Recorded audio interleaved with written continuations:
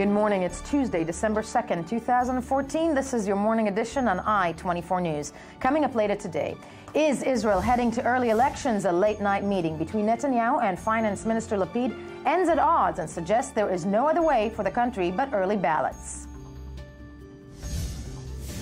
The Palestinian Unity Government appears to be falling apart as well, with Hamas announcing its expiration.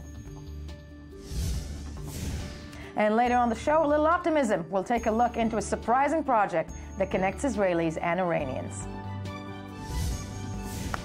Good morning, I'm Yael Avi. We begin with breaking political news overnight in Israel, as the country is likely heading to elections after a late-night meeting between Prime Minister Benjamin Netanyahu and the leader of the largest coalition partner, Finance Minister Yair Lapid. It ended after only an hour, with the Israeli Prime Minister giving Lapid several ultimatums the latter could not possibly accept. Now, as events are going on, we obviously are joined in studio by Tal Shalev, I-24 News diplomatic correspondent. And as we look at the events, none of the coalition partners particularly want to send the public to the ballot boxes for the second time in 2 years, or less than 2 years. It's less than 2 years. A year and 10 months. A year and 10 months, as Tal Shalev nods. They don't want to give up their principles either. And for Lapid's Yesh Atid party, the main concern is the budget. After promising voters a new set of social priorities, he's reluctant to see the bulk of the money flow into coffers of the military. And so the drama unfolds, and it unfolded last night. Before we delve into the story, let's take a look at yesterday's developments in the following report about what led to the meeting between Netanyahu and Lapid late last night. For over a month, Netanyahu and Lapid have been completely cut off from each other. Disagreements on different issues piled up, and their personal relationship worsened. In their meeting this evening, they will try to reach understandings and, more challengingly, see if there's any chance of overcoming the personal animosity. According to their statements, only hours before the crucial meeting, they have their work cut out for them. I imagined a government that acts in harmony, and as I attempted to reach that, I backed issues I wasn't so certain about them. Unfortunately, I wasn't treated the same way and didn't receive any backing. I demand those ministers to stop the subversions and attacks. If they agree to that, we can continue together. If not, we will go to elections. You can't put everything on hold because of political interests. Elections will paralyze the economy, will stop all work plans. We can still repair it. We can work together and fix it in the sake of the public. In the meantime, the opposition is not wasting time, and two left-wing parties, Labour and Meretz, submitted a bill Monday morning to dissolve parliament and trigger new elections. Israel is stuck with you, Netanyahu, and each day that passes, the public suffers from you more. It's the time to change the government, and it should happen by elections, as is suitable in democracy. Netanyahu's decision or the opposition's bill passing. Either way, it's getting clearer and clearer that the end solution, elections, may be closer than ever. And we are joined in studio by I-24 News political correspondent Tal Shalev. Oh, the drama. So first of all, this is, you mentioned to me before we got into the studio, and rightfully so, that the government is less than 2 years old. How did we get to a situation where we're looking at supposedly this seems like it's going to elections? Well, we heard the finance minister say that you can't put everything on hold for political interest. Well, apparently you can.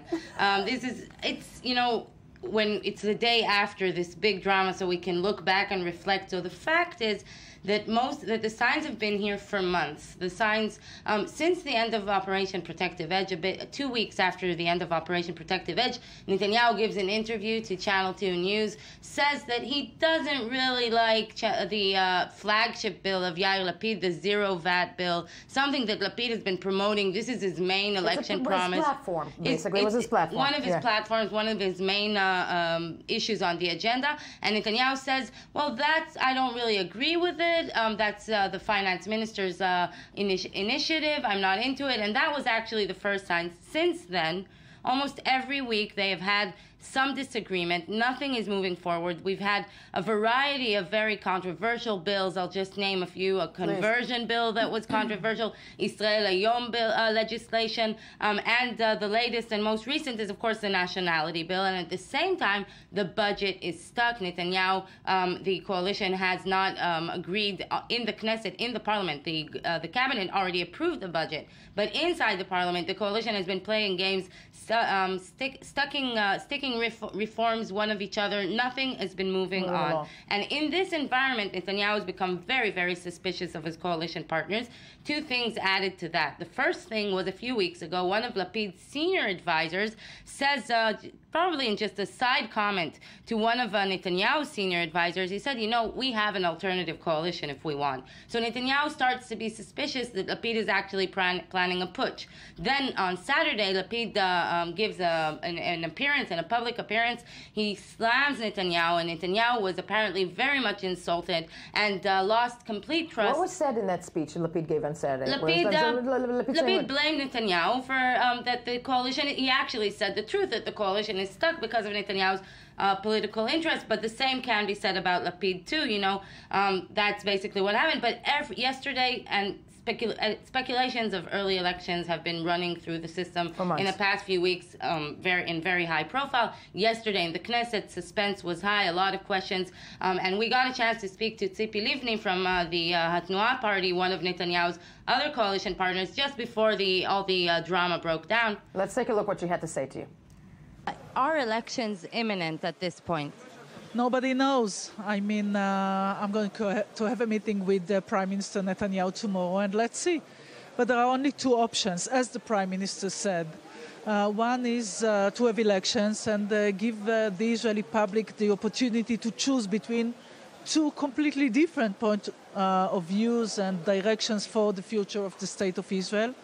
And the other is to stick together, but this is possible only as long as all these extremists and legislation that changes what I believe is the nature of Zionism would put aside.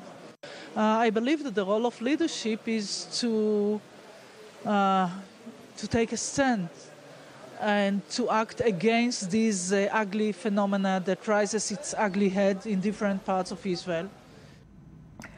Tal, I mean, Tzipi Livni, no secret that she and Lapid and even Lieberman, right, are kind of in close connection, and if this coalition breaks apart, there's always the chance that those three are going to go together. Well, Lieberman is the biggest cue here, but there is an alliance between Lapid and Livni, a clear one, and probably the leader of the opposition, Bougie Herzog, is also part of the alliance. But Lieberman is a big cue, basically. He had this ultimatum actually issued a few months ago that he would not have any coalition changes, but only a new election. That was his big commitment to this alliance. But the fact is we can never predict what Lieberman will do, and there are also speculations that Lieberman will be running in a right-wing bloc with Netanyahu and Naftali Bennett, the leader of the Jewish... Even though Lieberman has disassociated himself from the Likud several months ago, he might still go back to that right wing. So the cards are completely up in the air. Totally. But speaking of last night, because all the newspapers this morning, from looking at Haaretz, for example, it sounds as, and the people from Yesh Atid are saying, that Benjamin Netanyahu basically did this stunt to Yair Lapid, and Yair Lapid, all throughout the day yesterday, I was reading what he said. It didn't sound like he was going to break up the party and that he wanted to go to elections. But when he came into that meeting, basically, Netanyahu put up some ultimatums for him, right? And if we can take a look, there were like 5 pointers that Netanyahu put over for him, for Yair Lapid yesterday, which were: stop undermining, 5 conditions, stop undermining the government, especially over construction in Jerusalem and ties with the U.S., transfers promise 6 billion shekels to the defense budget, free up funds for the IDF planned relocation to southern Israel, everything is defense, support the Jewish nationhood bill as formulated on the principles presented by Prime Minister Netanyahu. On this one, I mean, the last one was freeze the zero VAT proposal. But I want to stop with you, Tal, on the Jewish nationhood bill. There's no chance in hell, is it, that Yair Lapid can ever agree or support the Jewish nationhood bill as formulated, right? No. There is a chance. There is, Netanyahu's version of, we haven't seen the final version, but Netanyahu's version of the nationhood bill is something that Lapid could have agreed upon. He actually could have agreed upon all of these the 4 first conditions, and he would have survived. But the 5th one, the zero VAT bill, is actually from Lapid's point of view, it's a surrender condition. If he would accept that, that would be saying, well, totally, I lost the game. And when you think about politics, it's not clear that that's where someone should go if he wants to try and position himself as someone who can compete for the leader of the Israeli government. Now, we are also joined now on the phone by Rabbi Dov Lipman of the Yesh Atid party, the party of Finance Minister Yair Lapid. Mr. Lipman, good morning to you. Thank you for joining us. Feels like a really nasty little stunt that the Prime Minister dealt, your colleague at Yesh Atid. Are we definitely going to election? The Prime Minister definitely made a decision that he wants to go to elections. He made that decision way before last night's meeting, I would even say weeks ago, and generated a system of questions and challenges towards our party to get us to that point. We came to the Knesset in order to work to do things for the people of Israel. The conditions the Prime Minister laid out last night were all conditions which, from our perspective, take us back in terms of the progress that we have made. It can be very easy for us to accept the conditions because we want to stay in our positions and our power. That's not what this is about. And based on what the Prime Minister laid out, it seems like we're on our way towards elections, and we will come to the Israeli people with the budget that we felt was for the benefit of the people of Israel and all the other successes that we've had, and hopefully they'll understand that we're here to be able to lead and to bring the country to a better place. Is there a chance that in the next several days, or let's say in the next 48 hours, because tomorrow, Wednesday, is when the Knesset may vote to disperse itself. Is there a chance that in the next 24 hours something can happen? What would it take for Yesh Atid to stay in the coalition? For the Prime Minister to accept the budget that we've brought, which brings 4 billion shekel to health, 3 billion shekel to education, 2 billion to welfare, 1 billion to internal security, to bring 1,000 more police officers, to accept our overall plan to bring down the cost of housing. The moment he says that, we're willing to move forward as we are now. But he clearly does not want that.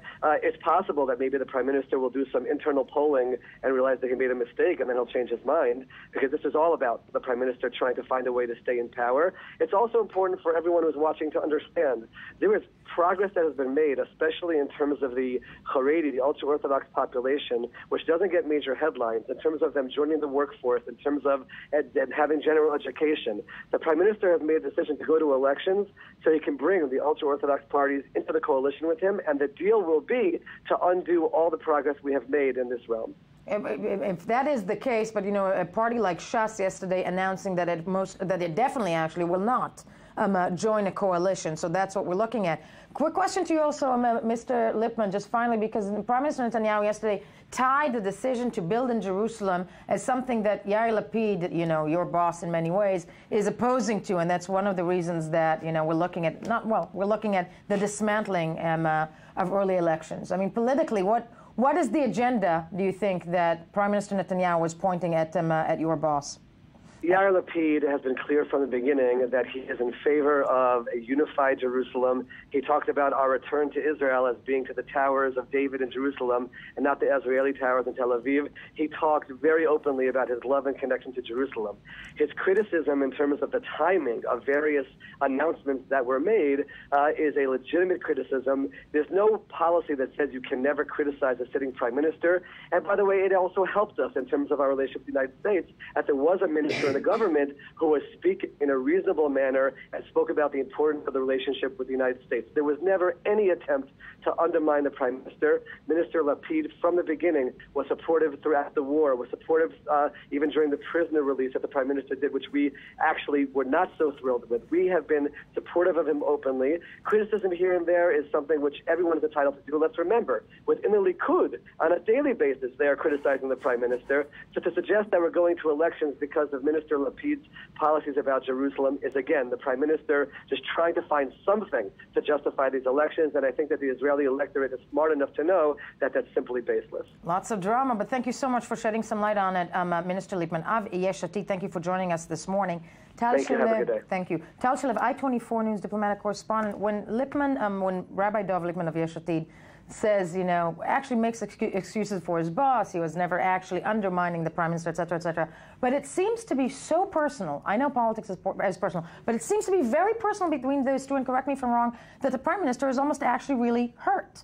The Prime Minister was actually really hurt, and it's true that it's okay to criticize a government that you're sitting inside, but everyone agrees in Israel, like the most veteran analysts, the veteran political analysts, that Lapid did cross a red line, that he did criticize Netanyahu outspokenly and behind closed doors in a way that is unacceptable in a normal government. He is part of Netanyahu's government. He is part of the policy. He has a vote on the policy. He has a substantial influence on the policy. So the fact was that he did cross a few lines, but everything is personal. And you know what? Even the elections are going to be very personal, because the biggest question is, there were a lot of questions. When will Netanyahu go to elections? Because he wants to set the agenda of the elections. What's best for him? Will it be security? Will it be social budget?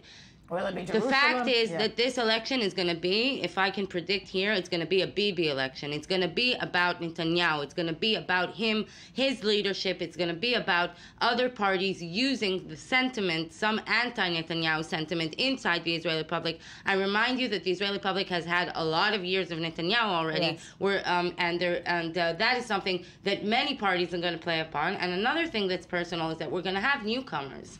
One big newcomer, Moshe Kahlon. Right. He's not a newcomer, he's an old comer, but he's coming... But going into the running mix. He's coming back to the political system from leaving it after a big row with Netanyahu, and he's a big question. How will he act after the next elections? How will he be... how much popularity will he gain? He has the prospects to gain a lot of popularity. His polls have been very positive. Just early this week, he got 12 mandates in a poll. That's basically a phenomenon. A huge amount of mandates, and Netanyahu is very much afraid of Kahlon. So it's going to be a very personal election. Netanyahu will be attacking Lapid. Lapid will be attacking Netanyahu. And other people will be joining the crowd. But basically that, I predict that will be the main point of fracture or maybe drama inside this. No, definitely lots of political drama. We didn't even speak about Naftali Bennett, but he's also a totally different story. But we'll probably have a lot of time to talk about him in the coming weeks, so it seems. Tal Shalev, thank you so much for being with us this morning.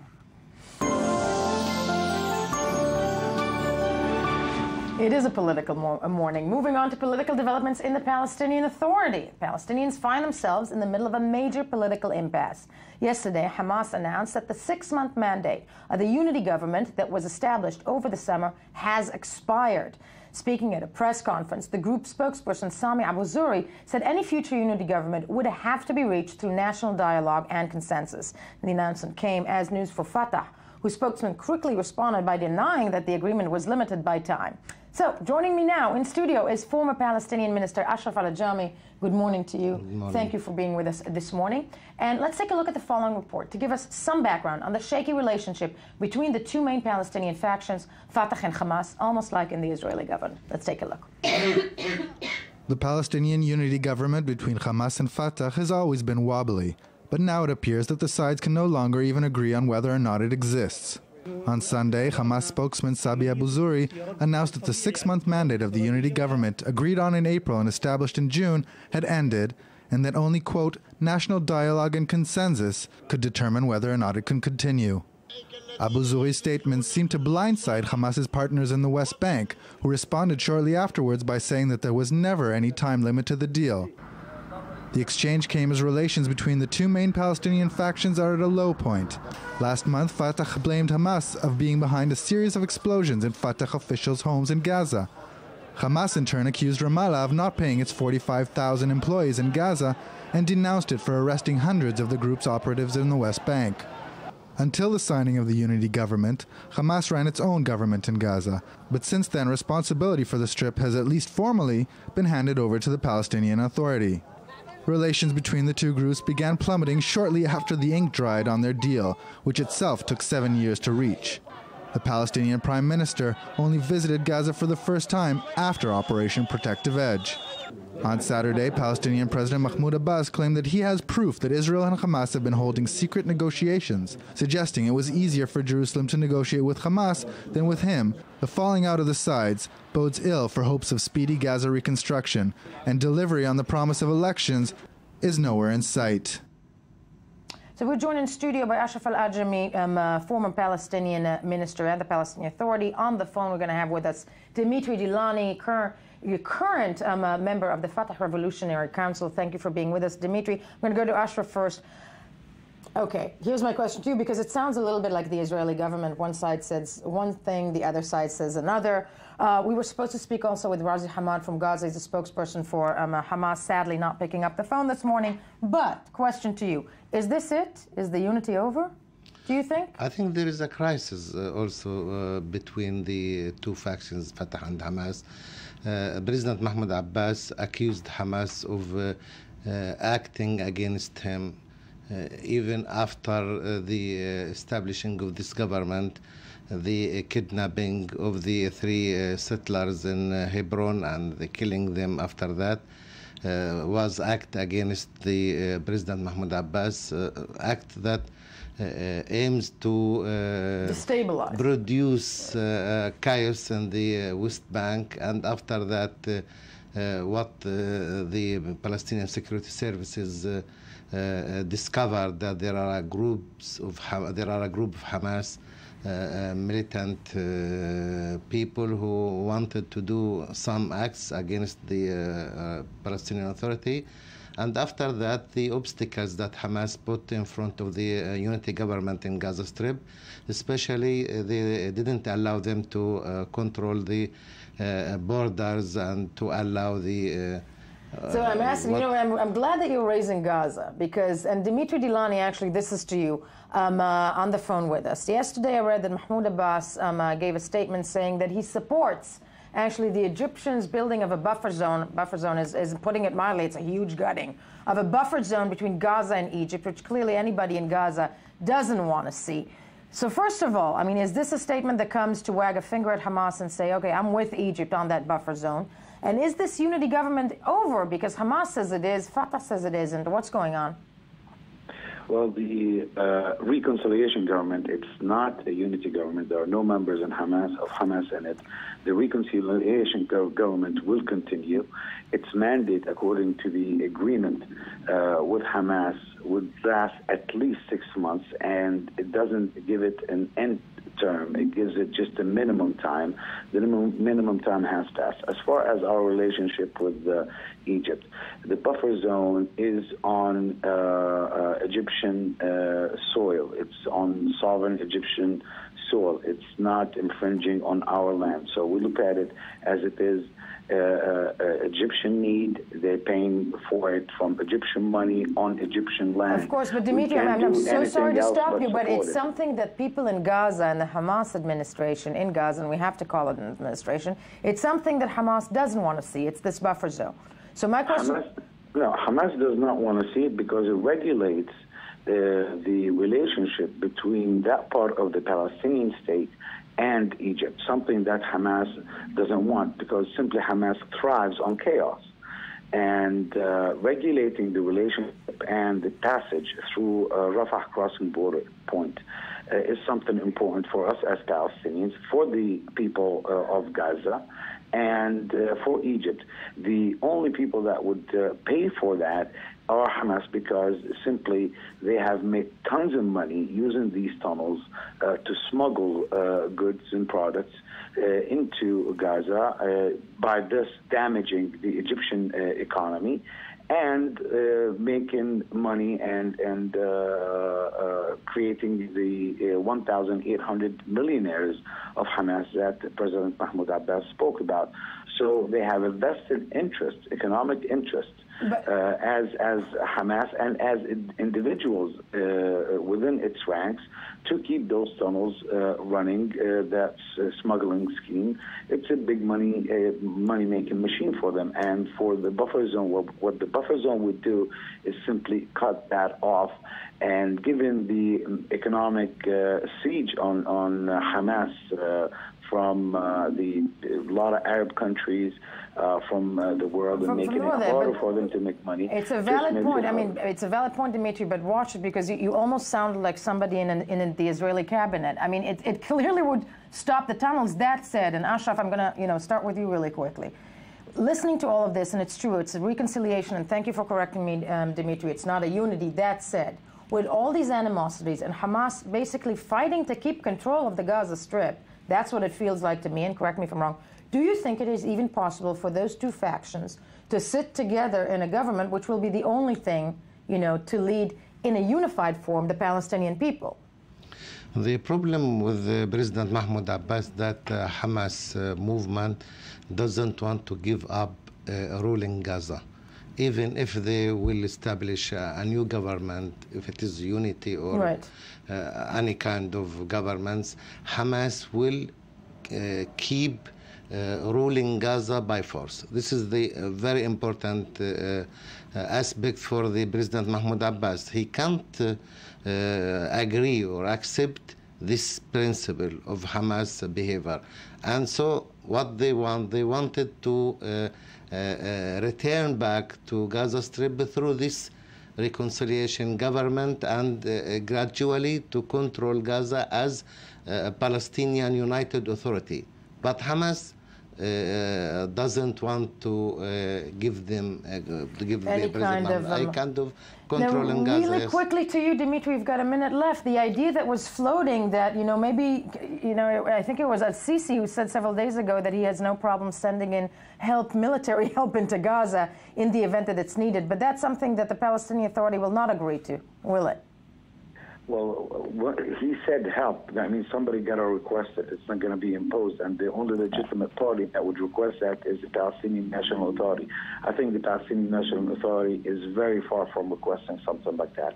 No, I tend to agree. But and quickly to you, what is the next step now when it comes to, this expiration of the reconciliation government? If one side says this and the other side says the other, what's the next step? There is no expiration. I think these are internal feuds within Hamas that the Palestinian people cannot afford to pay for it. But Hamas has been acting like this all along. And actually, the military coup that took place in 2007 was a result of that kind of feud. No, they're very true, and that was, we have to remind people, that was a military coup in 2007 after the elections in the Gaza Strip. Dimitri Gilani, thank you so much for joining us on the phone today from Jerusalem, and of course, Ashraf Al-Ajami, thank you so much for being with us this morning. As we said, we don't really have an official reaction from Hamas, but time will tell if the two sides connect, same as goes for the Israeli coalition. Time will tell. It looks like it's like time is coming upon us very fast. So when we get back, a completely different story. This time we'll take a look at Putin in Turkey meeting Recep Tayyip Erdogan, two strongmen, an alliance of energy, and maybe a bit more. Before anything else, though, let's hear some more of the morning headlines.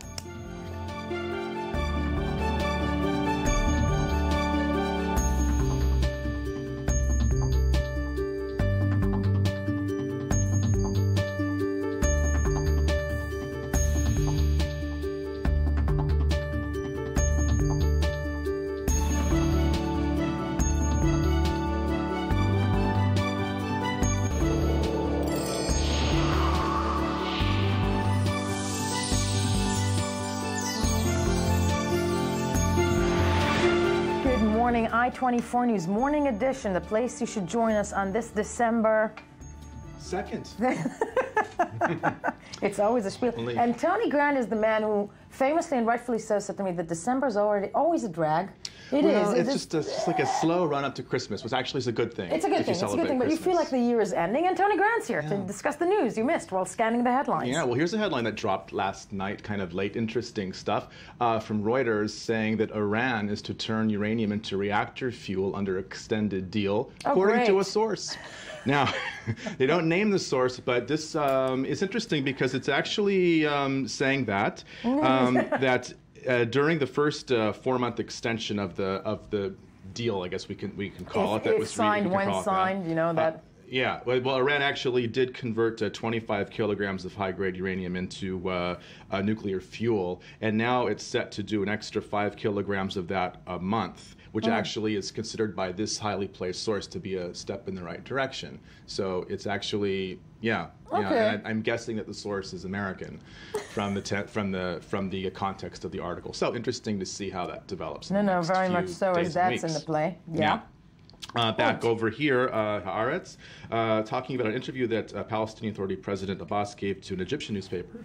And he's saying that he backs the Egyptian so-called buffer zone on the Gaza border for interesting reasons. I mean, he basically says that these tunnels that have been the goal of the destruction effort on the part of the Egyptian government have actually created something like 1,800 millionaires in Gaza that shouldn't have actually become millionaires, through smuggling weapons, at drugs, the amount of money, all sorts food, of that the Gazans have. But the interesting bit about that headline, I have to say, now that we've heard also that the reconciliation Palestinian government may have expired, as Fatah says it has and Hamas says it has. A headline like that, I think, is and I'm theorizing, is Abbas gesturing to his Hamas counterparts that, that buffer zone is great. Yeah, he openly slammed Hamas, and he also said that, speaking of Morsi, that he understood the Palestinian issue as well as Abbas understands Japanese. Oh, nice. Yeah, a little pot shot there. I'm good. This feels like the Israeli coalition. Yeah. Okay. Anyway, a really interesting story in the Telegraph, which talks about a secret British role in halting an ISIS massacre in Lebanon. By having a clandestine British squad apparently built a network of 12 watchtowers kind of on the sly, and it saved the Christian town of Ras Baalbek from an ISIS invasion in the direction of the Mediterranean when they were actually headed mostly towards Iraq months ago. So, well, firstly, thanks to the Telegraph, they're no longer secret. Right. That's why. It's wide open. That's wide open now. Secret British role in halting ISIS. No, that's it's fascinating. It is. No, luckily for us, we also have Oren Nahari. Hi. Hi, good morning. Good morning. Putting you on the spot. You're so cheerful today. I find it hard to contemplate why exactly, but okay. Because there's drama happening. But I'm asking you as a senior foreign correspondent for Channel 1, operations as such, covert operations of Western powers. Yeah, well, first of all, building towers is not the classical SAS covert operation trying to smuggle out hostages or killing some Al-Qaeda and ISIS leader. This is, stopping massacre is a very nice headline, but building towers, watchtowers, I do not see it as such, but it gives a nice headline. It gives a huge boost to the British government and the British people that they are doing something that are not there and they are not losing lives. Well, so everybody wins. The Lebanese soldier who was quoted in the article that these towers have actually helped thwart at least that one alleged attempt to so I know, but it's interesting, see it both ways. It is. But the question is, will towers stop the mass onslaught of ISIS? Yeah, they stopped it for a while, but for a while. Anyway, maybe it does make the British look good. Very good. I want to talk about the sisters Rotak. These are the Yes. These are two sisters on a bus somewhere in India. Oh, God, and they fended off two male bullies quite successfully, and it's made a huge storm on social media in India because, of course, they have some issues there with, let's just say, ill treatment of women in certain sections of India. That's one of the great understatements of the year. I was about to say, putting it mildly mild. Yes. Thank you. Well, the sisters Rotak are showing that women can fight back, and actually, in honor of Republic Day next month in India, they're going to be honored with awards. So it's a big deal. I don't know how their age is, but they're young, and they are not to be trifled with. Amen. No, more power to women, Indian all around, and there we go. Yes. On an economic note, Wall Street Journal says the oil slide is deepening and the ruble is crumbling. So we know that it's a very volatile oil market out there. That's one of the most interesting things that's happening in the world today. We are looking at events, not about the shifting ground.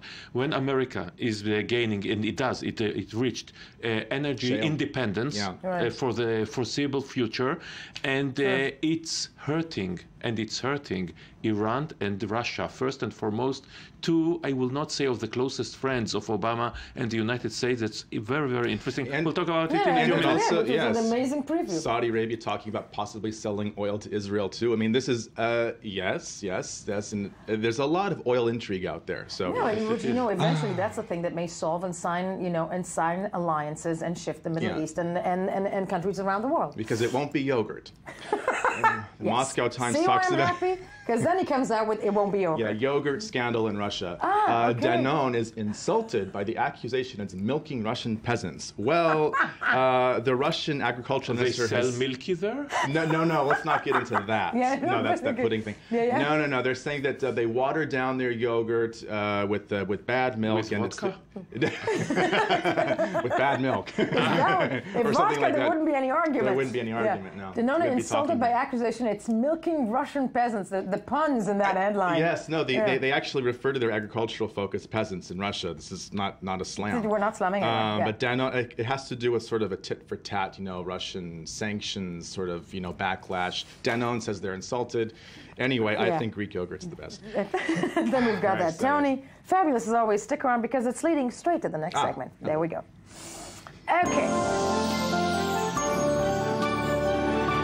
On to our next topic. Russian President Vladimir Putin was in the country yesterday for a meeting, actually in Turkey, with a meeting with President Recep Tayyip Erdogan aimed at boosting trade and strengthening relations despite sharp differences over Syria and the Ukraine. It was the first time the pair met face-to-face since Erdogan moved from the post of prime minister to president in August, the same job change that Putin himself made in 2012. Commentators often note the similarities between Erdogan, who's 60, and Putin, age 62, two charismatic strongmen who are both accused abroad of being authoritarian, but they retain a significant support base at home. So their meeting was one to conclude many issues, and in order to discuss it, we are joined in studio by Channel 1 Foreign Affairs senior correspondent Oren Nahari. Good morning to you. Let's take a look at a report about that meeting and take it from there. Russian President Vladimir Putin arrived in Ankara Monday for a high-level summit with his Turkish counterpart, President Recep Tayyip Erdogan, set to focus on strengthening the economic ties between these two countries, despite a range of disagreements on some of the more controversial issues on the international agenda. The yearly trade volume between Russia and Turkey, which assumed the presidency of the G20 Monday, already stands at an impressive $33 billion, but the stated goal of these talks is to raise that amount to $100 billion by the year 2020, making the two countries each other's top trade and economic partners. The trade between the two encompasses a range of fields, with Russia looking to increase its import of Turkish food products, for example, following a drop in trade between Russia and the EU over the Ukraine crisis. For its part, Turkey is hoping to boost its intake of natural gas from Russia at a discounted price. A Russian company has already agreed to assist Turkey in the construction of the country's first nuclear power plant, a step that received final approval Monday. Interestingly, despite the intensive economic collaboration, there is no shortage of differences between the two countries, primarily on foreign affairs, with distinct disagreements between the respective governments on Ukraine, Cyprus, and perhaps most importantly, Syria. Turkey has denounced the Assad regime as criminal, openly urging NATO military action against it, while the Russians remain staunch supporters of the embattled Syrian president. We are constantly informing our partners, including those in the West and the countries in the region, especially those who have direct influence on some groups inside Syria, and we call on them to influence these groups positively, so that they are convinced to think about their country first of all. It is interesting to note that Russia's relations with the Erdogan government have been consistently improving, while Ankara's formerly positive relationship with Washington has rarely been worse than it is now. No stranger to inflammatory comments, last week Erdogan claimed that the West in general was interested in seeing Muslim children die. The strengthening of Turkey's ties with Russia may serve as yet another indication of the decline of U.S. influence in the region. It seems that there are those who are more than willing to fill the void. We're also joined via Skype from Istanbul, Turkey, by freelance reporter Laura Wells. Laura, good morning to you. What was the conclusion of that, very high-profile meeting? Well, we all expected that there would be big announcements in trade, and there certainly was.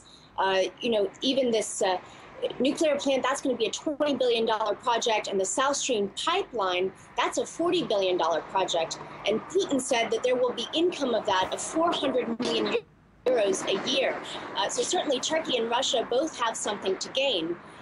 Erdogan was very, very vocal about his problems with Assad, which he has been, and he certainly had to be since this was in Turkey and heavily covered within Turkey.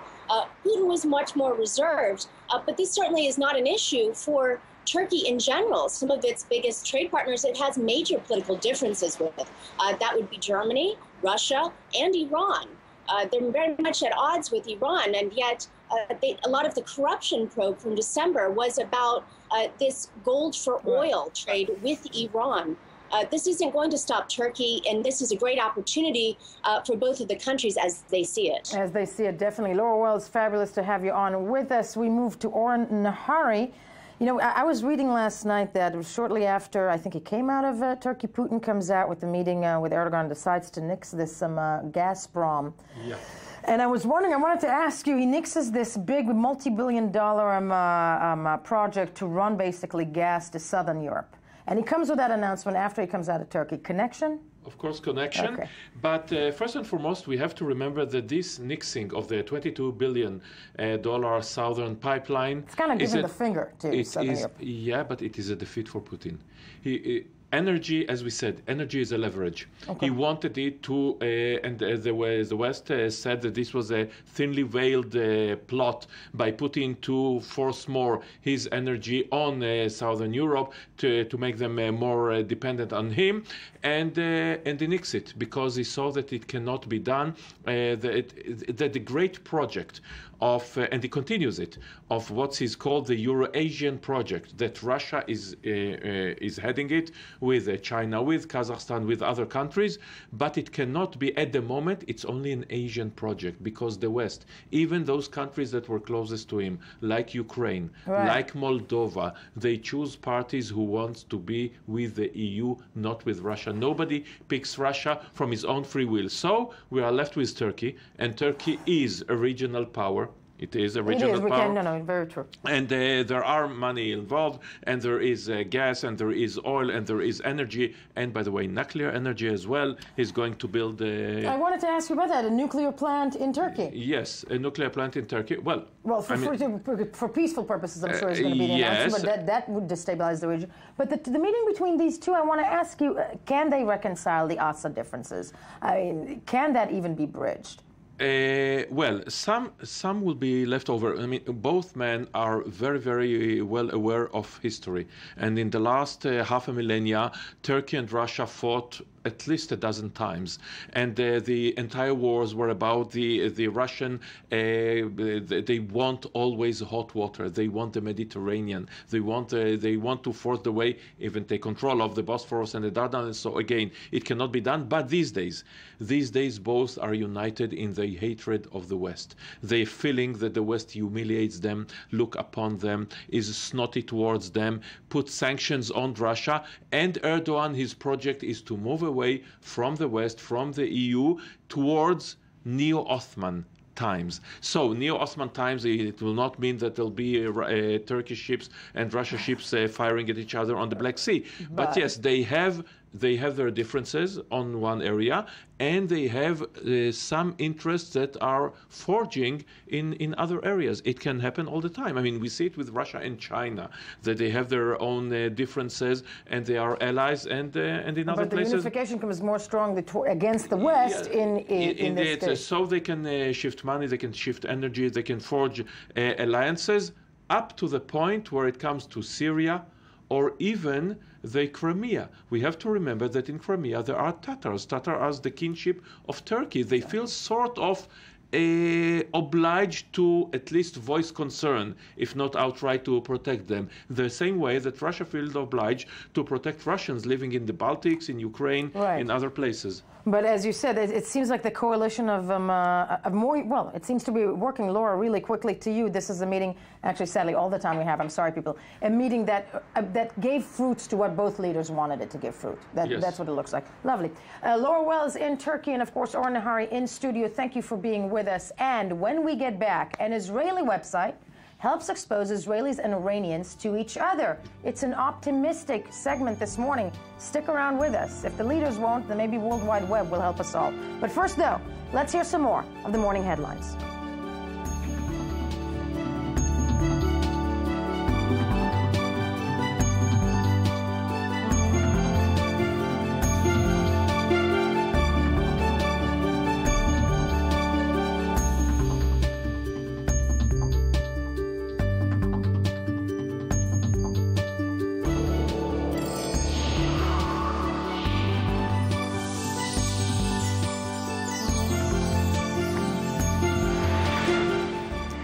Welcome back. It is still Tuesday, December 2nd, 2014. This is still the morning edition. I thankfully am still Yael Levi, right? The last I checked.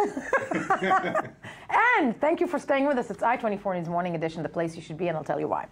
The video we're about to show you has gained hundreds of thousands of views on YouTube in recent days, mostly because it gives an unfettered glimpse into Iranian life that we don't normally see on the news. And if you have not seen it, now is your chance. So stay with us. It's leading up to something. This is something everybody's watching online. Take a look.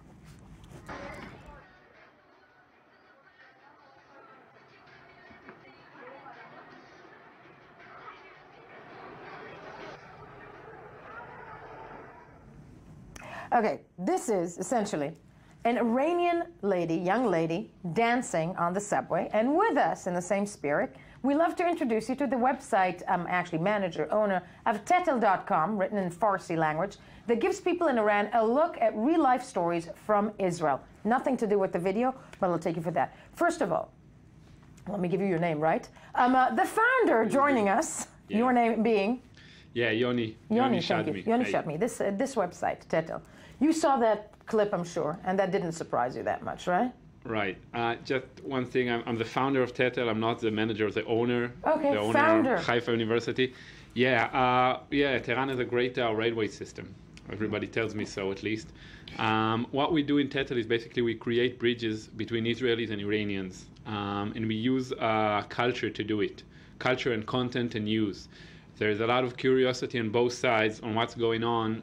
Tehran is not very far, but it might as well be on the moon. On the moon, exactly. It's so inaccessible to us, and we the Israelis we're so inaccessible to them.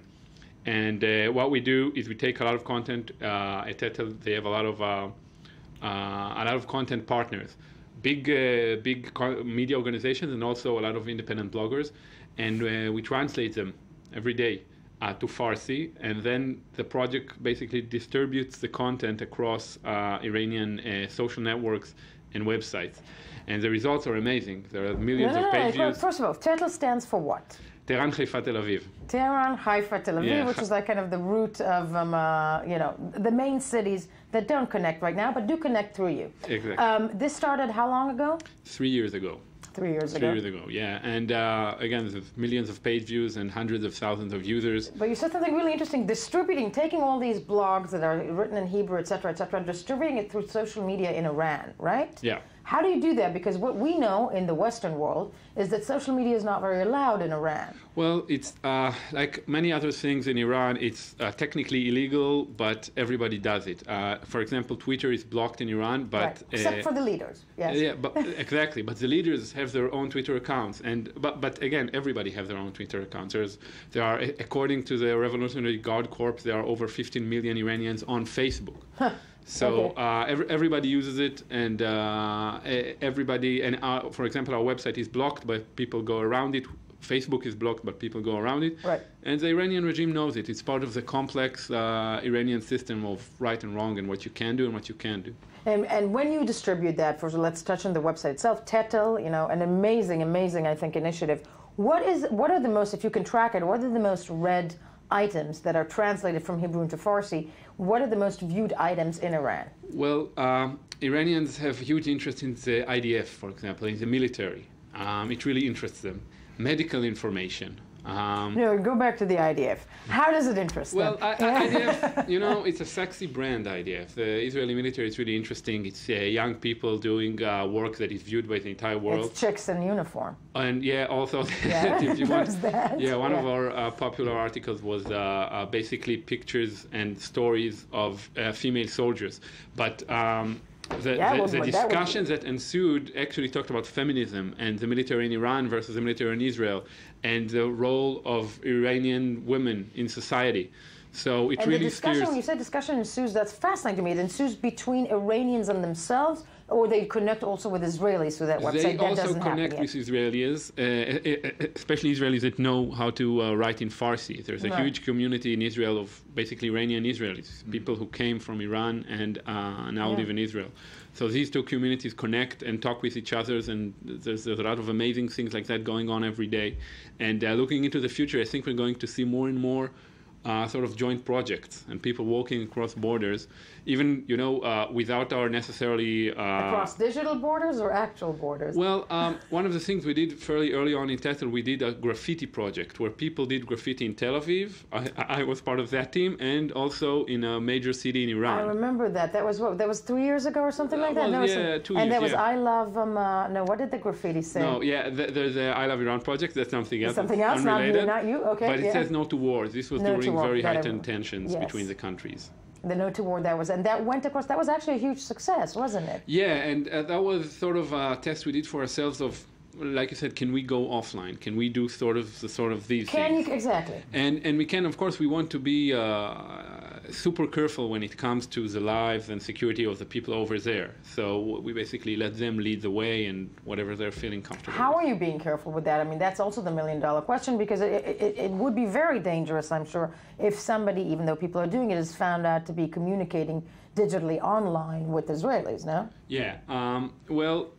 Just the sheer volume of it, we're talking with thousands and thousands of people, and to the best of our knowledge, we have some people we have relationships of years and years. Right.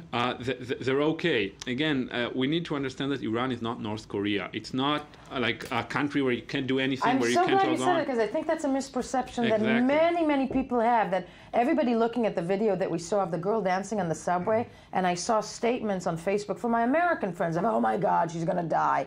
I don't think that's the case, Yeah, right? that's not the case. There are some highly publicized cases of people who made, for example, YouTube videos and got arrested, and bloggers that got arrested, and very serious cases.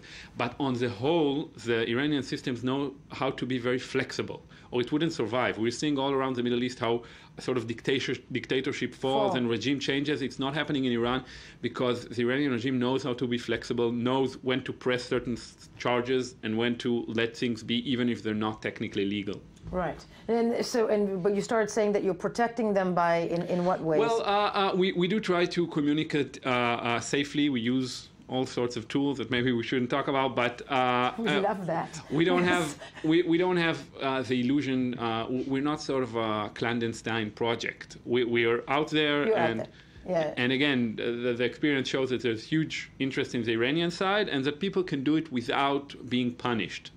They can actually participate. I love the idea behind this. I do think that, Yoni Shadmi, I do think that, at the end of the day, it is this type of communication that may actually cause reconciliation and connection, and maybe the World Wide Web will, exceed governments.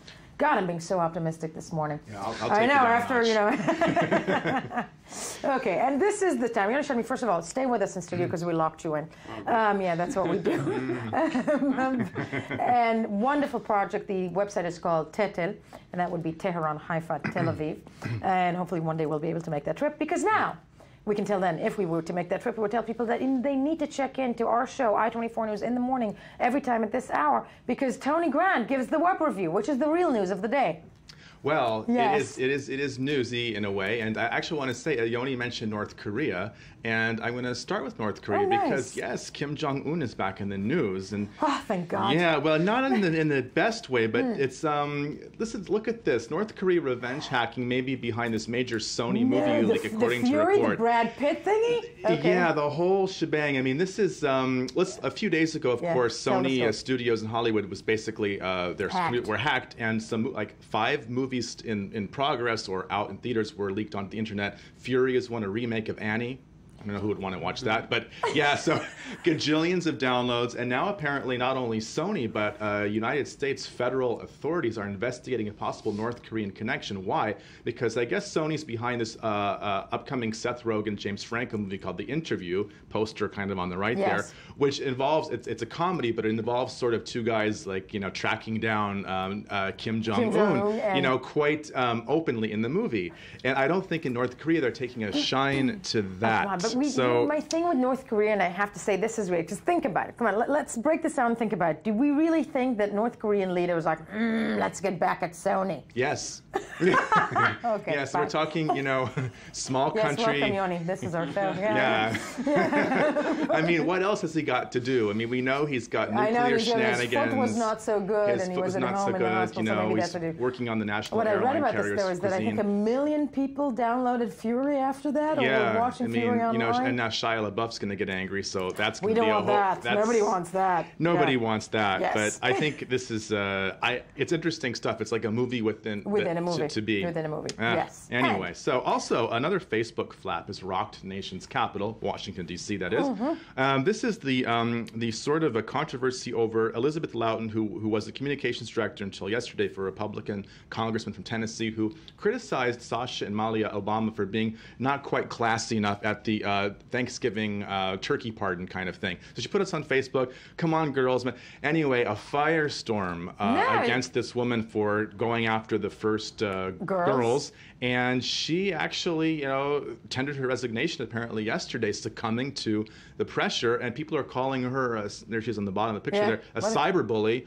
It's controversial. She wasn't very nice, but she wasn't that. I'm not going to say what I think about it, but I think that the whole affair became kind of overblown.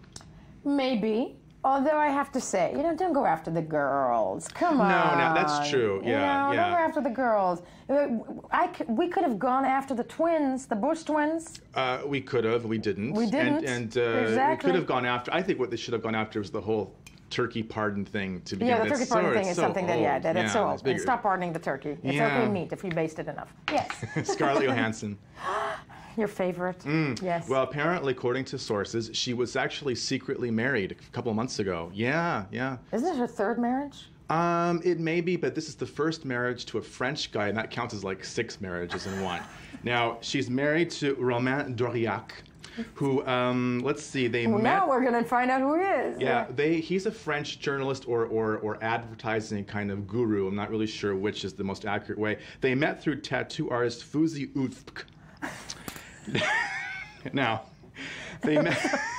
Right. Yes. That happened to me and my husband. Yes, Fouzi. So she has a tattoo on her rib cage which sort of says "Lucky You." I guess he found it. I'm not exactly sure in what circumstances. Okay. And he, look at his sort of it's another vampire. Don't you look think? At his boxy facial features. They're not. I'm guessing he's from the Brittany region of France. Although I don't know for sure. I would say so, and we would know. And you know what I'm thinking when I see this? Remember the movie Private Benjamin? Yes. When Goldie Hawn fell for the French guy? True, and then she finds out that he's that he was, more charming than sincere. More charming than sincere. I wish many girlfriends. Yes. I wish them all the best. I wish them well, but I don't know. I really think it's her third marriage, and I think she's not even 30 yet. She is 30. She is 30. Oh, and they waited until the baby was born before they tied the knot. There's a baby? There was. There was? There is. There is? Yeah. Are you serious? Yeah. Scarlett Johansson gave birth? She did. Yeah. Sorry, where have you been? Wow. Okay. Yeah, I know. Yeah. Fine. Don't worry. You're making me feel as old as Joan Collins. All right. Learning a lot. There you go. Yes. Moving on. Remember Dynasty? Yes. Good times in the 80s. Dynasty. Not only that, there are people who actually maintain or claim that my hair is slightly Linda Evans. Exactly. Well, it's not like Joan Collins. No. All right. She's come out with some shock rape confessions. Yeah. Apparently, she was raped by her former husband, and it's a part of a new documentary. Before marrying him? Yeah, it actually led to the marriage, and this is how it gets so Joan. Not funny. No, Joan Collins-esque. Yeah, there's a new documentary out called Brave New World, directed by Cecilia Peck, Gregory Peck's daughter. Gregory Peck's daughter. Yeah, and she said that she was 17 at the time, and she had this unfortunate run-in with what was going to be her husband. She married him out of feelings of guilt and shame. It just lasted for 4 years. Yeah. Or a hangover. Yeah. Really bad hangover. So, she's 81 and she's still shocking. Wow. Yes. No, gotta. And anyway, I'm learning so much. The town of Słupsk, Poland, has just gotten a lot more interesting because they have their first openly gay mayor. Yes, Robert Biedroń. And he... Progress in Słupsk. Progress in Słupsk, yes. Słupsk has 20 ponds and several streams and 1 gay mayor. And isn't Poland the country that banned the naked Winnie the Pooh? They did ban Pooh. They banned Pooh. Yeah, but they've got this guy, and it's in the Pomeranian township. Interesting. They're messing with us. Yeah, they are. Poland is intriguing. Speaking of prominent people, George Clooney is in the news because Christian Bale has told him to stop whining about the paparazzi. You know what? I'm with Christian Bale on that. Not only that, if you don't want to be followed by paparazzi, stop having 17 weddings. Yeah, exactly. How many times did you remember? There was a wedding in Italy, then there was there was the post-wedding in England. Or sort of then there was another celebration somewhere. Yeah. They keep getting married, and now he's like, don't take pictures of me, please. I don't know. Cry me a river. I'm over George Clooney. Plus he is too. I think we've lost Yoni Shadney right here. Looking at the ocean, actually. You're looking at the ocean, which is also cute. I'd rather look look at the ocean than another picture of Benedict Cumberbatch. Telegraph is saying that, you know, have we gotten to a point where it's just saturation coverage of this guy? I completely, sadly, all the time. We have Cumberbatch. We were not going to give his nickname what that people use all about. No, we're not today. But when we get back, we're going to have the lighter side of politics, if something like that is even possible. This morning, delivering the latest from Instagram of politicians. Stay with us. First, the news. And yes, Scarlett Johansson had a baby.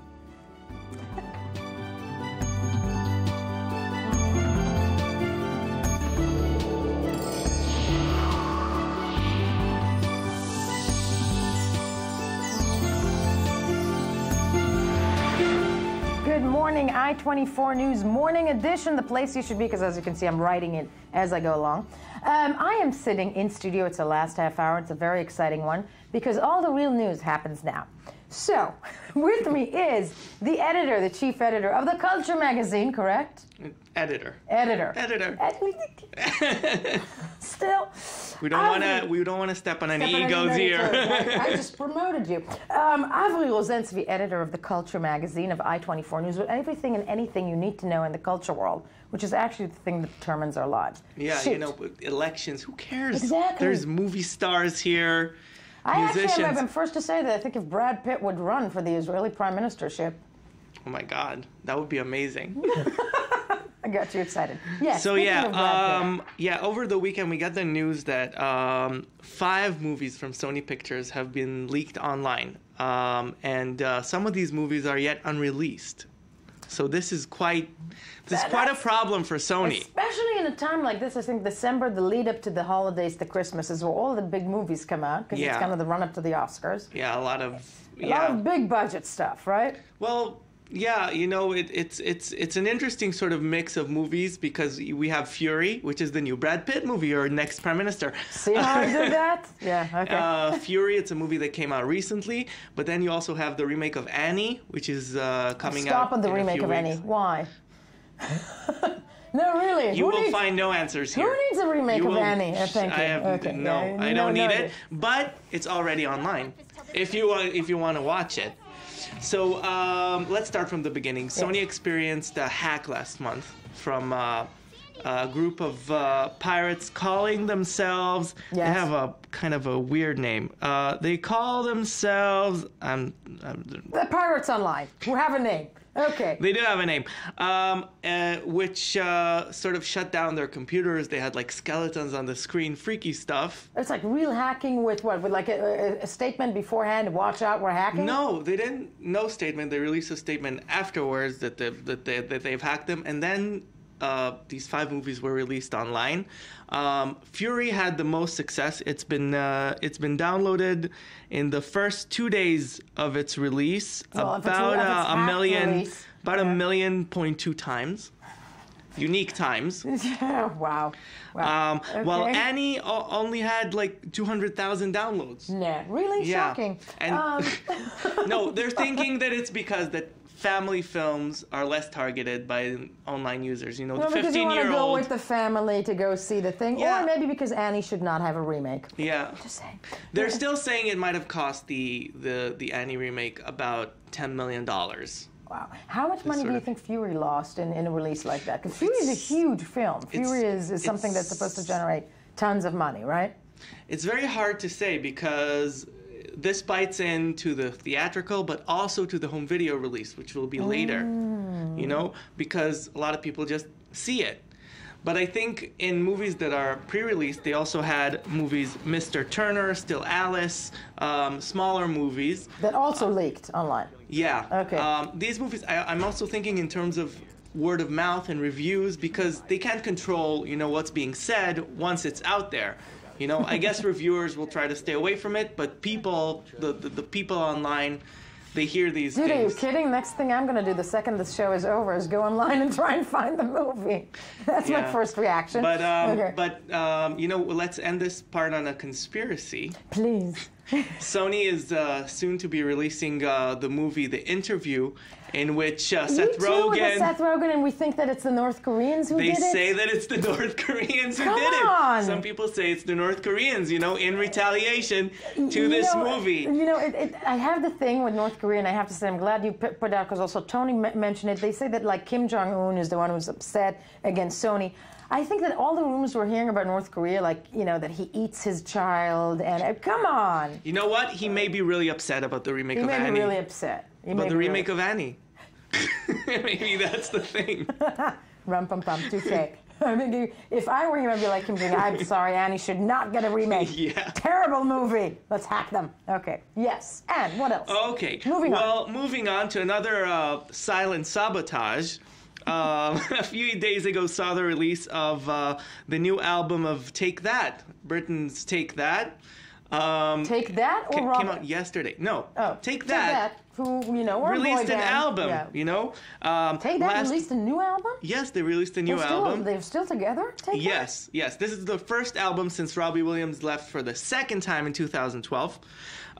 He went back to them? Yes. He has a checkered past with them. So on Sunday, the official charts in Britain have their new single, These Days, debuted in #1, like a Christmas single. And then yesterday, or 2 days ago actually, Robbie Williams made a surprise release. Of which song? In the same day of their album. Nasty. Of a whole new album called Under the Radar Volume 1 of his demos and unreleased songs. Okay, so he just dropped an album. He's said there's loads and loads of songs. That's British, loads for a lot. Loads and loads of songs that I've written that I'm incredibly passionate about. I want you to hear them, otherwise they're just going to remain on my computer. Okay? Well, it released on his website yesterday. No, not for free. Not for free. Okay. No, it'll cost you £7.50, £7.50. Not bad. It's a pack of cigarettes. Okay. Or 25 with an autograph, if you're so inclined. And this is the same day that Take That, his former boy band, Yes. a band that was created actually when Tal Shalev was born. Not really. No, but really? You remember Take yes, That? I do. Okay. And on December 8th, it's going to be digital release. But, he has a very checkered past with the band, like we said. He really hates Gary Barlow from the band. And a lot of people are saying he's trying to sabotage the release. One up them, One up them on the same day that it's coming up. Yeah. Or maybe he thinks that, boy band with men that are in their 40s should actually be disbanded. Well, come on. You think he changed his mind since 2012 when he was Probably still in there? A checkered, but he has a checkered. He had checkered past, and yes, He maybe just likes to mess with them. I think he likes to mess with them. But with the whole issue of boy bands, though, when they cross the age of 20, I think is something that should be addressed. What else? Finally. Okay. Well, Friday saw the much anticipated release of the new Star Wars trailer. Yet another one, which you've probably seen. Everybody's seen a million times. I don't know if you can tell, but I'm a big fat geek. You think? Tell what do you think? Okay. Which is why I'm actually really not expecting this movie. When I was 13... Thank you. High five me. When I was 13, Star Wars was my life. Was life. And I don't need any more of these. No, enough. But because I'm you're not chick. a geek anymore. Is this a prequel or a sequel? What is this? This is a sequel. This takes place this like takes 30 years after. Yeah. But a lot of fans who expected this release, who didn't expect, who were overwhelmed or underwhelmed. I'm looking at stuff that for me, because I remember, listen, I saw Star Wars when I was 7 years old in a theater in New York. I was blown away, okay? Yeah. But we're looking at stuff that looks like Tatooine, right? It looks like the Sandy. What we're looking right now is at parodies of the trailer. The online community just did a lot of parodies. This is the Lego version, which is sort of like, this is like a regular thing now. Yeah, you release a trailer for any movie, somebody recreates it. The Force Awakens. Yeah, it's a terrible title. No, it is a terrible title. And enough. I mean, I think that should be slumped in there with Annie remakes. Or maybe Annie should star in the sequel of Star Wars. You said it. I didn't say it. You said it. Okay. But so they released the Lego. Then, because J.J. Abrams is responsible for this movie. In his Star Trek movies, he used a lot of lens flares. So one fan thought it would be funny to put in extra lens flares into the trailer. for the new Star Wars. And then you can't say anything. There's a lot of lens flares. A lot of lens flares, but he actually, JJ apologized for the lens flares in Star Trek. He said he overused them, so we're not likely to see that. And the last parody we'll see pokes fun at George Lucas and his tendency to go back and insert new things into his movies. And the George Lucas edition of this trailer sort of has extra stuff in the trailer. Okay, the parody is out there. I urge people to see that rather than download illegal Sony pictures, which should be the one. And again, anybody who sits here is locked with us. So Avri, you're with us as we move to one of my favorite, if not the favorite, segment of the week, Tal Shalev, with the Instagram photos of politicians. Yes. Okay, very quick because we have a lot. I have a lot to show you. Okay, go quickly. Okay, number one photo in the region this week. It wasn't on Instagram, unfortunately, but it was on Twitter. Number one photo. Did you know President Mubarak had his first selfie? Holy smokes. Yes. Mubarak takes his first selfie. That's probably the soldier took the selfie. No, clearly the soldier taking the picture. But he missed out a lot since 2011. Selfie didn't exist, I think, in 2011. It was the labor stages of selfie. Mubarak takes his first selfie. Wow. Yeah, and I think it's a bit ironic since, the January 25 revolution started out on Twitter, so it's actually some kind of... And now that he's been, completely acquitted of crimes and Tahrir Square, I gotta say, he's looking really peakish. No, he's not looking good. Yeah, not much. But in Israel, that was the number one photo in the region. The number one photo in Israel also wasn't on Instagram. Again, unfortunately, guys... use your Instagram accounts. This photo is the defense minister, Moshe Ya'alon, on the left, and on the right, the new IDF chief of staff, Major General Gadi Eisenkot. There was a big debacle. He looks very happy. So it's a really cool picture, actually. It's a great picture. It was a big debacle over Eisenkot being appointed or not appointed. Netanyahu was stalling it. In the end, he told Bogi that he said, okay, tell Eisenkot. They were on a helicopter on their way back from the south. You can't hear anything on a helicopter. So Ya'alon wrote it down on his cell phone. The job is yours? The job is yours. And that is like the first authentic smile from Gadi Eisenkot, our new chief of staff. Yes. No, but this is amazing. This is like, he looks like the canary, or the cat who just ate the canary. That's great. And also like an Israeli actor from the 70s, but I'm not going to mention his name. Go ahead. Okay. Yes. And another good photo in the region, I promised you this one, is our power couple. I think a week doesn't go by without us mentioning them. Yeah, but Avri, look at this picture. So Queen Rania posts a photo this week of Abdallah, her and Abdallah, a throwback photo, says, nothing beats quality time with people you love, with His Majesty a few years back. And they look like movie stars. They look like they're in this Sahara movie.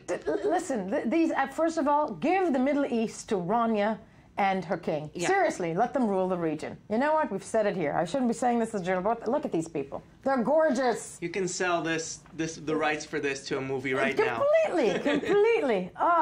Yes. And last but not least, maybe a less successful leader, but someone we are supposed to look up to, is back in the White House at the Washington, D.C. With a big-ass turkey. Yeah. Very, very big week for the president. It started out with him pardoning a turkey, the traditional Thanksgiving part, but there was a scandal there because Sasha and Malia were looking bored, and one of the congressional staffers there posted something. They were fired. She was resigned later, saying they should get some first-class act. Well, as we said, first of all, you should not touch the first girls. Nobody did it to the Bush sisters. We waited till Bush was out of office. Exactly. Okay, there's that. We waited with the twins, and there was many things we could have said.